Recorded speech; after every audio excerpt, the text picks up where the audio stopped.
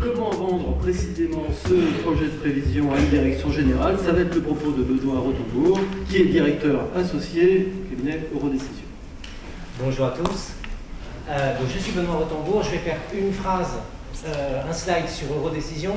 Tout le monde ne connaît pas cette jeune entreprise de 25 ans. Nous sommes aujourd'hui 70 collaborateurs, consultants, assistants maîtres d'ouvrage, développeurs. Notre métier, notre monomanie, c'est les mathématiques de la décision, qu'on appelle business analytics. Ça fait plus chic, mais enfin ça revient au même depuis peut-être 50, 60 ans que ce métier existe sous le vocable aussi recherche opérationnelle. Et nous nous développons de plus en plus vers l'international, portés ou accompagnés par nos clients qui eux-mêmes se projettent à l'international. Et quand ils projettent, par exemple, leur supply chain en Russie, ils nous demandent de la concevoir ou de la modéliser avec eux. Voilà. Alors, je vais repartir de ce qu'a dit Régis tout à l'heure. La prévision n'est qu'un maillon d'une chaîne de planification.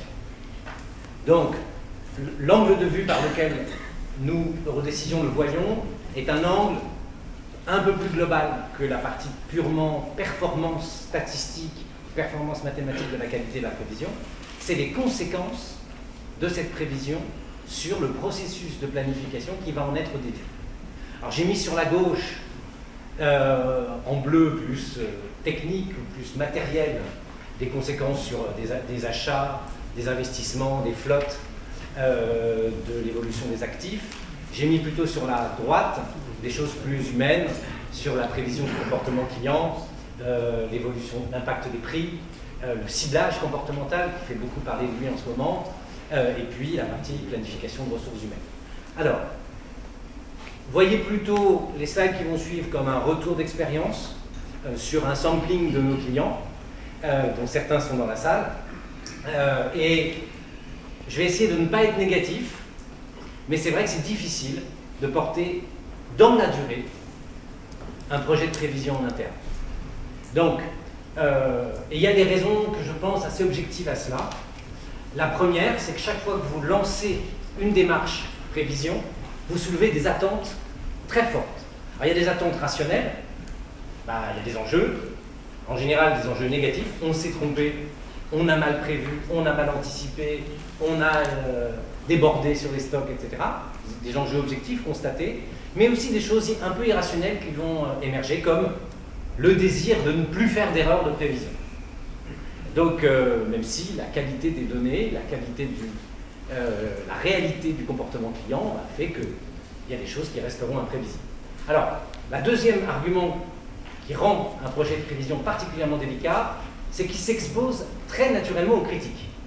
Puisque par essence, comme Elisabeth Tessier qui fait son horoscope, par essence, vous pouvez juger a posteriori, et peu de métiers sont aussi exigeants là-dessus, vous pouvez juger l'erreur de quelqu'un. Si un prévisionniste est évalué sur ses erreurs de prévision, eh bien le lendemain, on pourrait, en théorie, le licencier. Alors il y a quelques métiers qui font ça, mais c'est assez rare. Par exemple, on arrête des émissions de télévision, on arrête des séries dès le lendemain de la chute de l'audience. J'ai passé quelques temps à TF1, on ne fait pas de prévision sur l'audience. Enfin, on fait la prévision que ça va marcher, et quand ça ne marche pas, eh bien, on arrête. Donc on a un processus pour digérer le fait qu'on a mal prévu.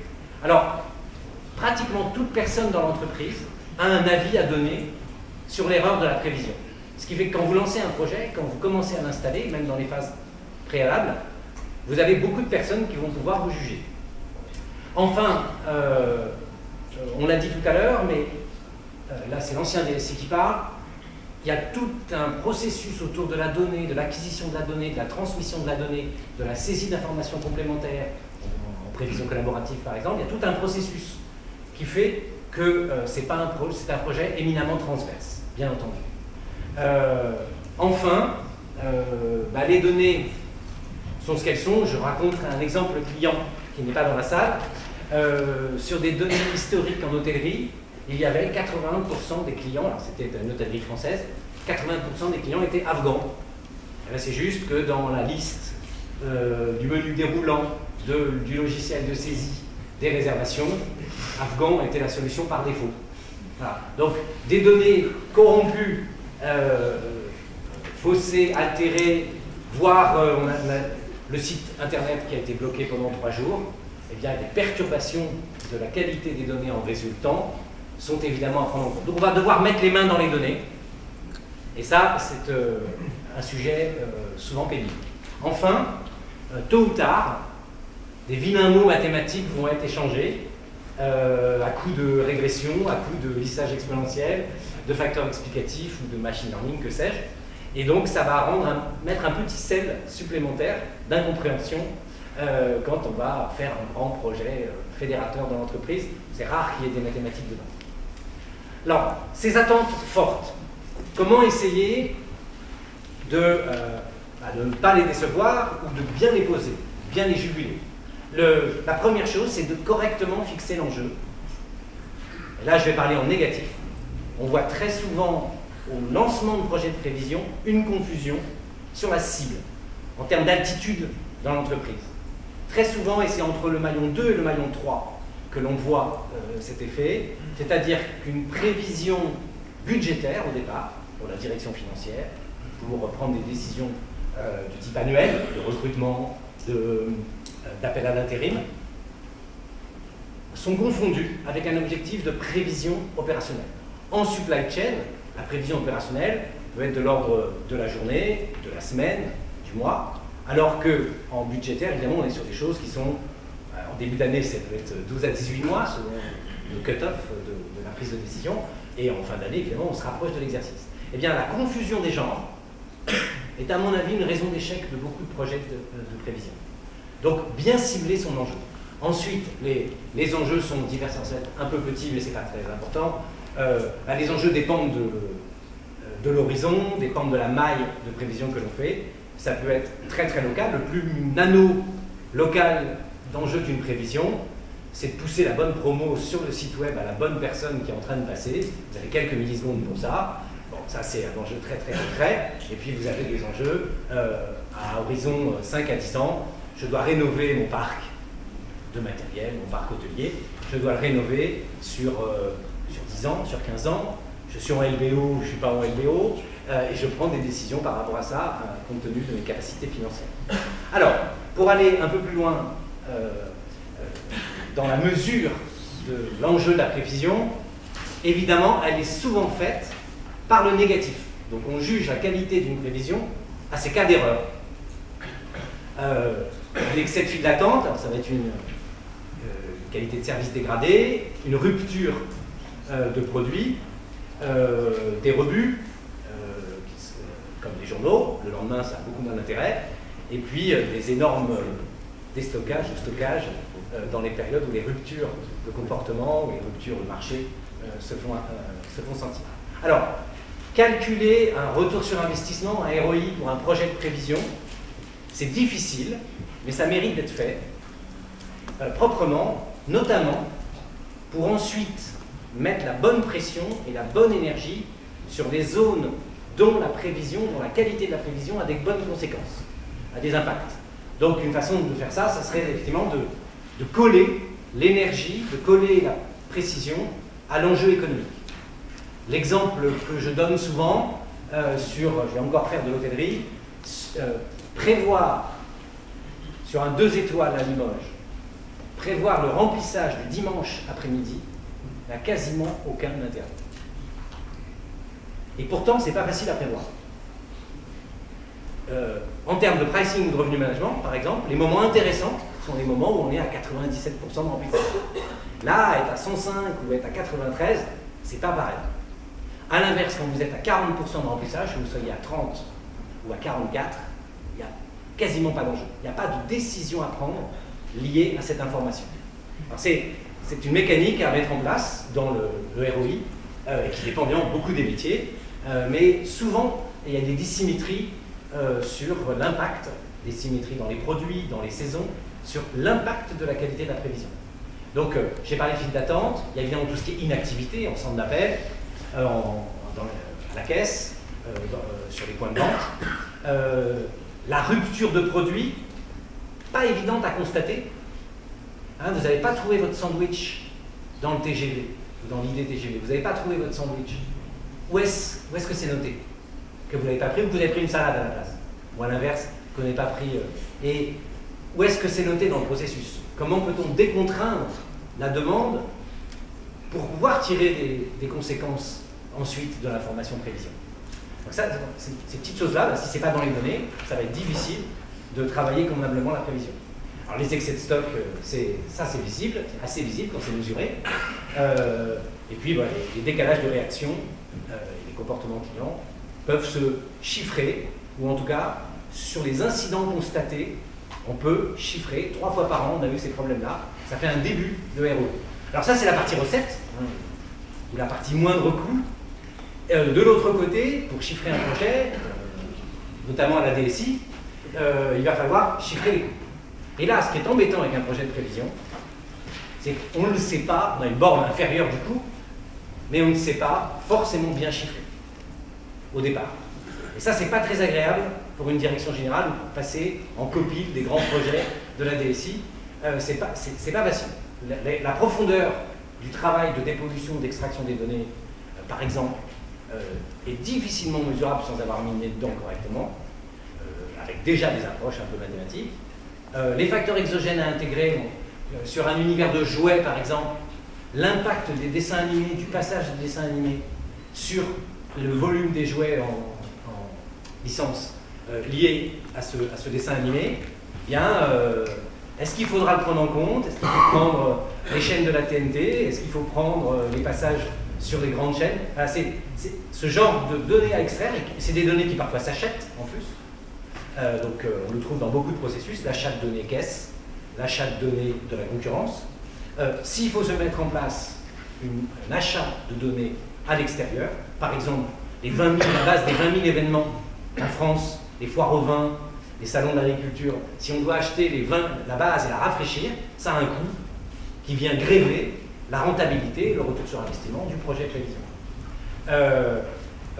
Tout ce qui est le J-X, combien de temps à l'avance souhaite-t-on prévoir?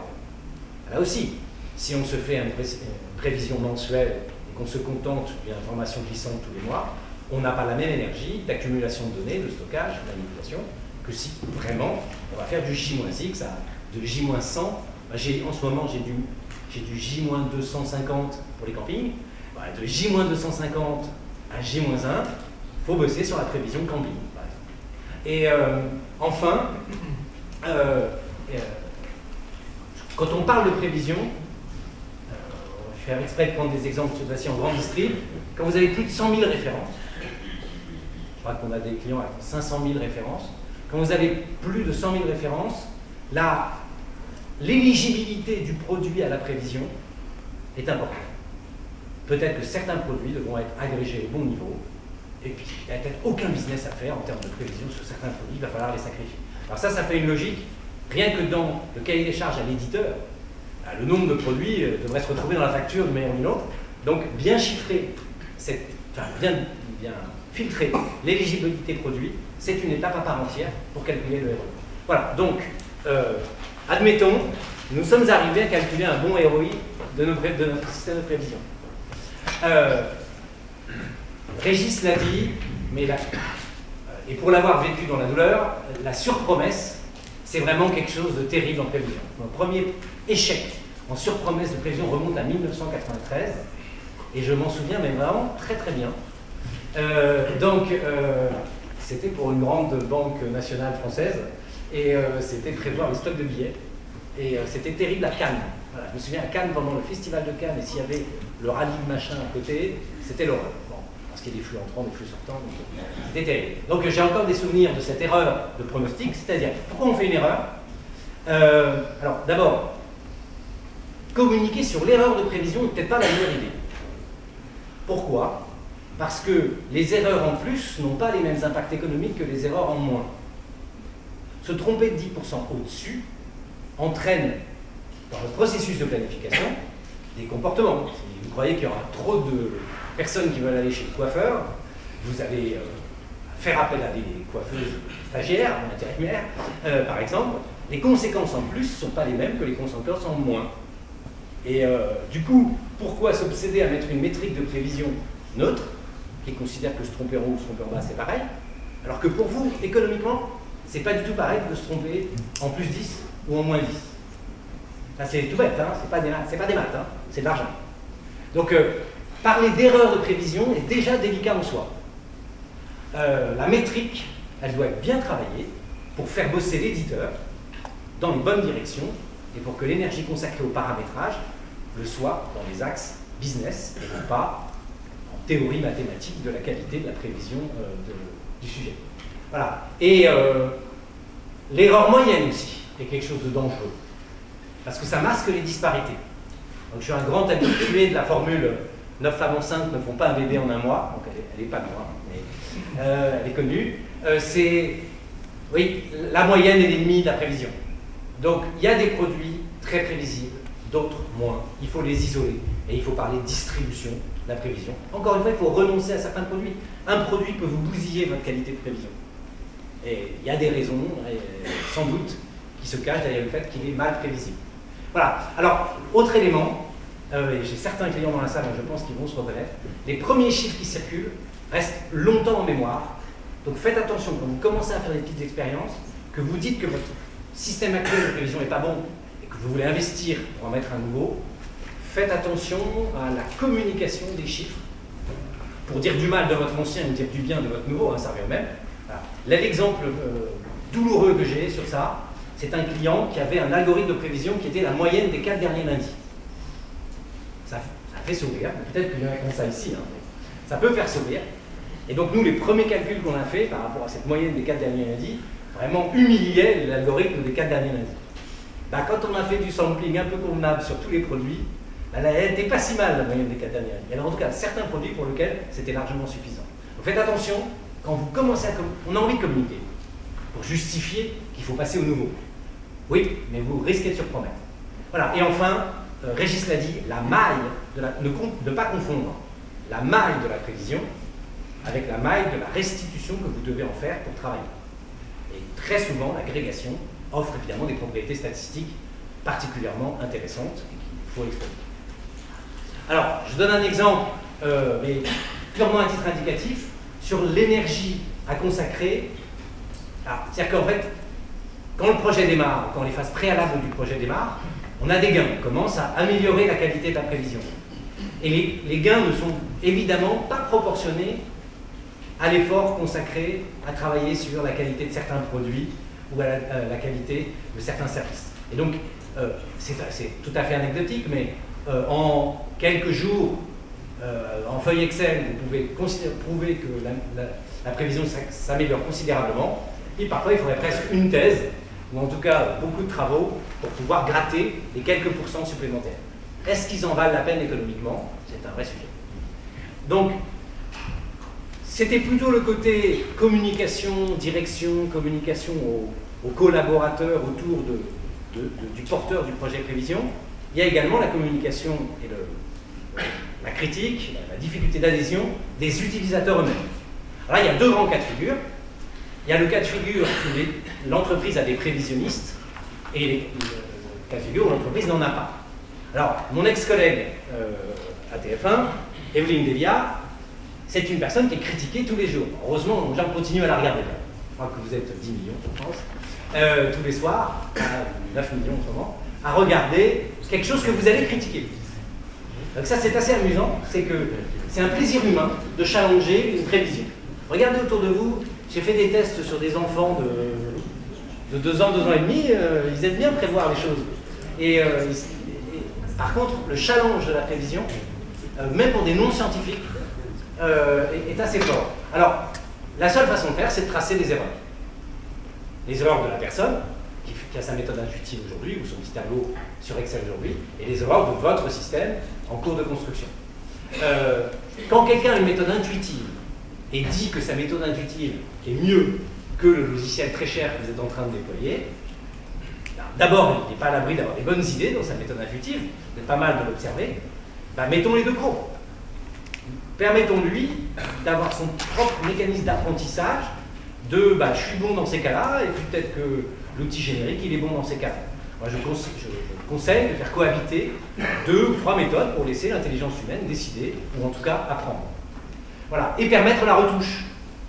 Voilà, donc en hôtellerie, c'est très connu, il y a un gros mariage, et ça vous abîme des prévisions de 2 ou 3 étoiles autour de ce mariage. Voilà. Enfin, il va falloir anticiper des déceptions qui vont apparaître le long du projet, prévoir des jalons, des grandes étapes, où on ne trouvera pas d'eau chaude, on ne travaillera que sur certains produits, on ne travaillera que sur certaines saisons, d'isoler les produits mal prévus, et faire l'effort, qui est presque mathématique parfois, de dire et qu'est-ce qui se passerait si, quels incidents pourraient nuire à mon système de prévision. Alors, évidemment, un autre volcan, ou pas de volcan, il y en a eu un l'année dernière, pas cette année. Donc, faire cet effort-là, challenger son système et se dire, oui, il n'y a aucune raison qu'il prenne en compte une modification des prix. Le chiffre d'affaires va être à peine impacté s'il y a une modification de prix, ou va l'être.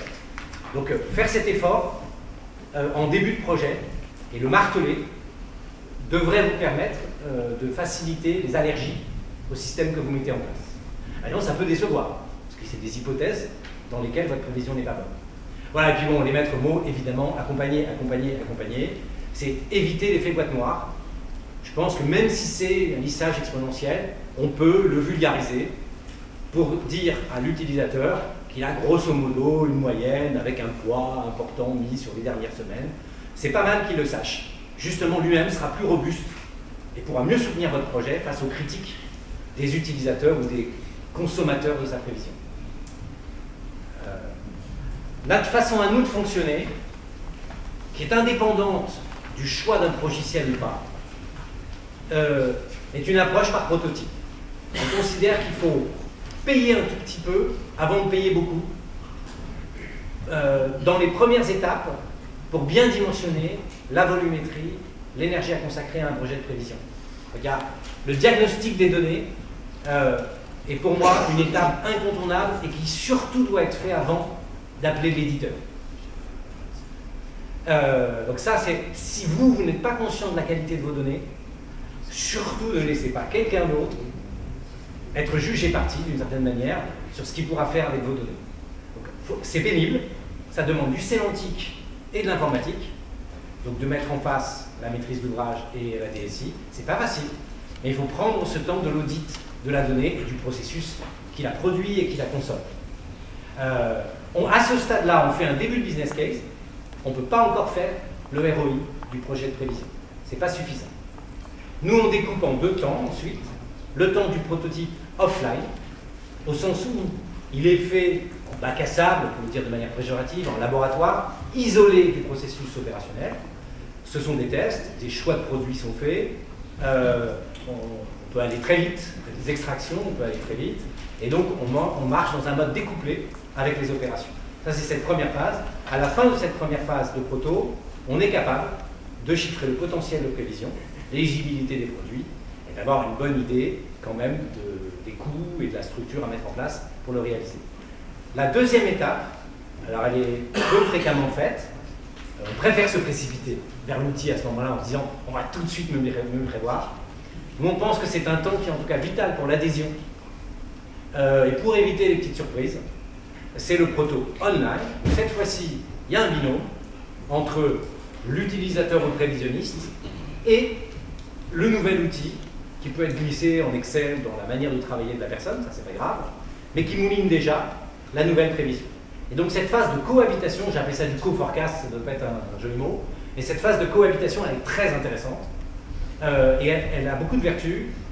Certains clients explicitement nous ont demandé de faire cette phase, et nous on la propose parce qu'elle permet de repousser la décision au moment où on a beaucoup d'informations, notamment sur la façon dont les prévisions sont consommées, sont reçues, sont perçues par les gens.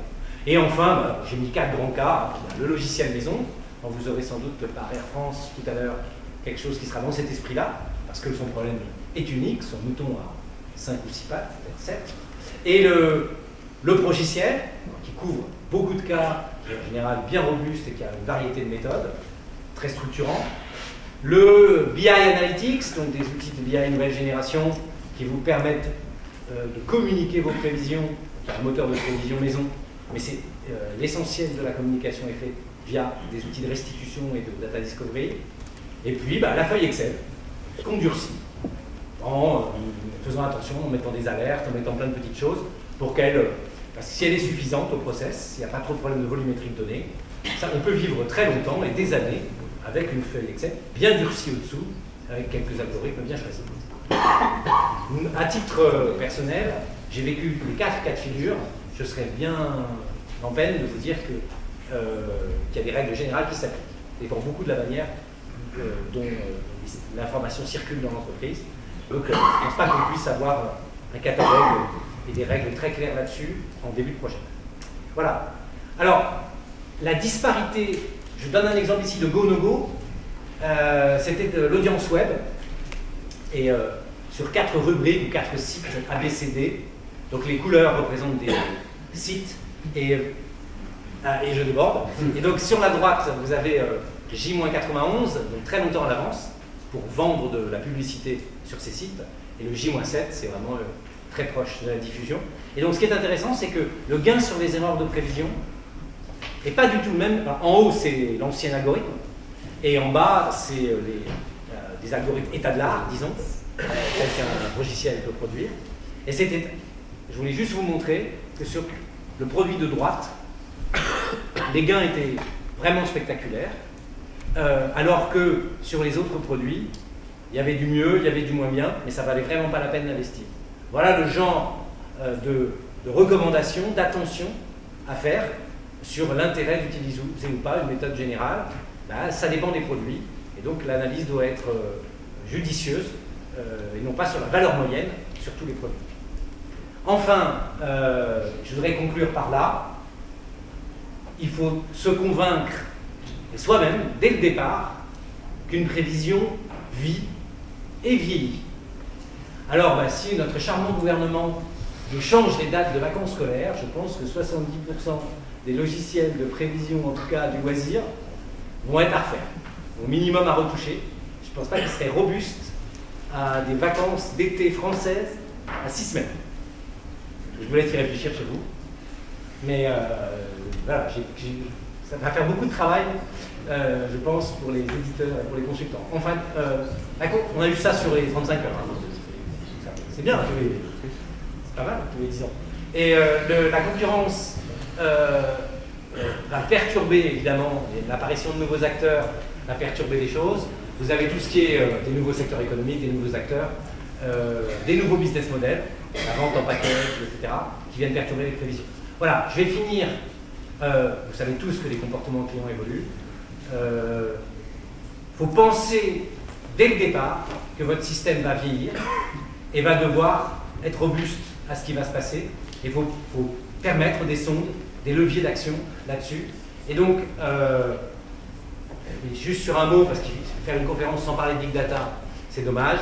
Les masses de données qui sont en cours de digestion par les projets Big Data, tout ce qui est exposé web en particulier, vont sans doute donner des nouvelles idées en termes de prévision. Je finis sur une jolie phrase de Bohr sur le fait que, effectivement, la prévision, c'est surtout difficile pour le futur. On constate souvent qu'il faut se rappeler cette petite phrase. Voilà, je vous remercie pour votre attention.